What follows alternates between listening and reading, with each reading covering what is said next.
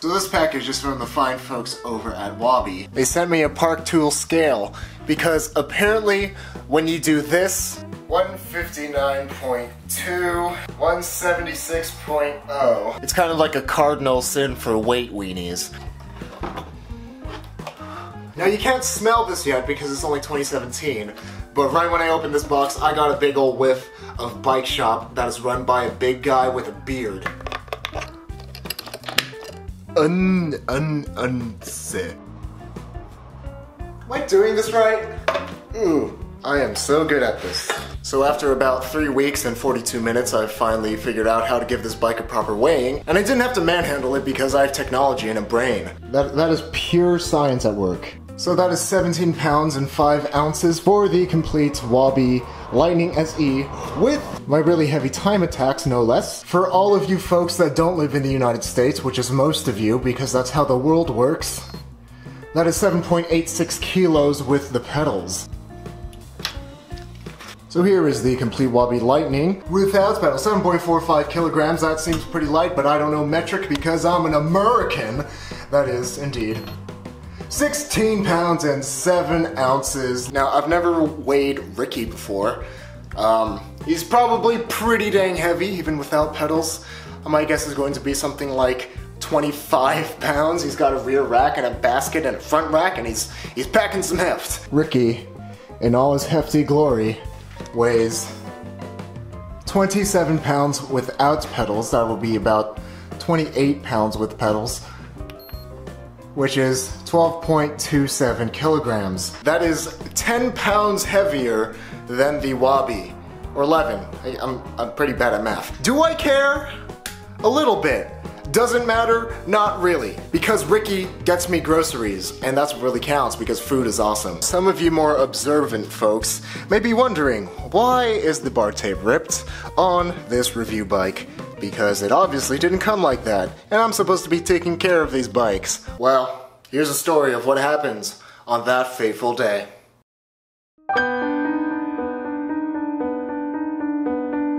Well, I moved to San Francisco about a month ago, and you know, when I first moved here, I thought it was just the perfect place to live. There's a nice park right down the street from my house, and it's this huge park. It's called Golden Gate Park. I met Golden Gate Park for the first time probably when I was a kid, and we haven't seen each other since. From my childhood, it was just the perfect park. There's museums, there's lakes, there's swans, there's boat rentals, there's trees, and on weekends they close down the streets so people can go and have a picnic in the park or go for a bike ride, and it's just a really nice and friendly environment. And on that day when the incident happened, it just seemed like Golden Gate Park turned on me. You know, I never knew that Golden Gate Park was capable of something like that. As I was entering the park on the south side, there's a steep embankment. And so while I was riding down the steep embankment trying to get into Golden Gate Park, this pathway led right down into a very narrow street. But this street, although it was narrow, it had fast-moving traffic coming from both directions. After feathering my front brake and seeing that I have enough time and enough space to get through onto that narrow street, coming down and coming in hot, that's when Golden Gate Park turned on me. Right as my tires made contact with the street, there was a pretty deep patch of sand. When I tried to really commit and to get into the street so I could start flowing with the traffic, that's when it happened. Sand just slid underneath my tires. My whole world was turned upside down, literally turned upside down, and I flew over the handlebars. And I squeezed the brake, the front brake, a little too hard, and locked up the front wheel, and that did me in. Just like that, right when I move to San Francisco, it feeds it to me. I ate it. I ate it. I never thought that this would happen, but I ate it at Golden Gate Park. I can't do this anymore. I have to go. I can't.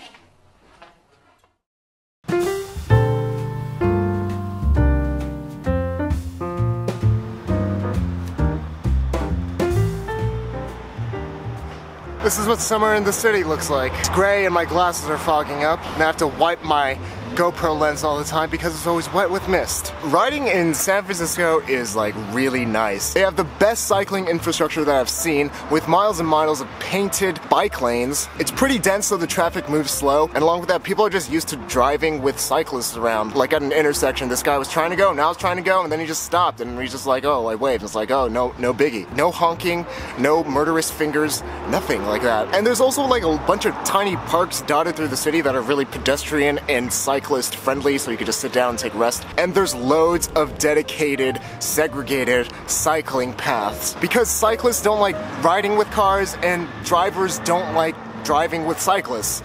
It's just better. And there's just a bunch of really neat stuff to see in the city, like check out this pug that's just kind of chilling in the back of this guy's basket. By far, the best cycling city that I've ever been to, and I feel very thankful to have the privilege to live here for a month.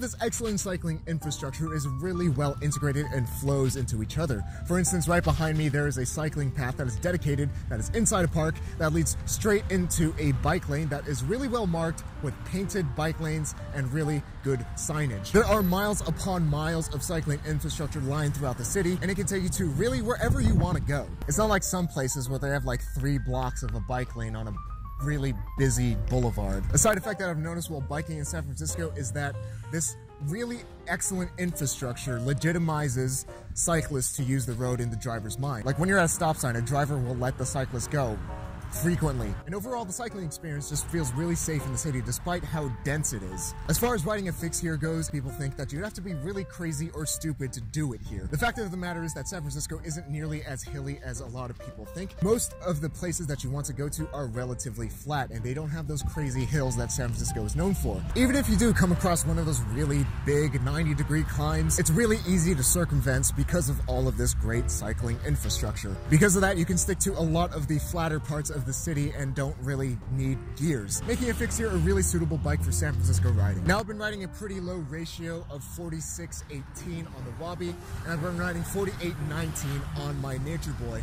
And with these ratios, I've been able to get around San Francisco pretty easily. And I haven't come across a climb that I had to walk up and embarrass myself. In SF, there's more rolling hills, and that means you're always like constantly climbing and descending, which for me, being someone who is used to riding in relatively flat places, when I'm riding for about 30 minutes, it feels like I've been out riding for an hour just because I'm not used to the amount of up and down that there is. And although you don't cover a large physical distance, the traffic is so dense, it feels like you're out for a lot longer just because of all the stimulation coming at your face. San Francisco is by far the best cycling city that I've ever been to, and riding a fixed gear here isn't nearly as bad as it seems. That's it for today's vlog, and with that I need to get some dinner because food is something that I greatly enjoy. I will see you all in the next video. Go out and ride your bike because summertime is great.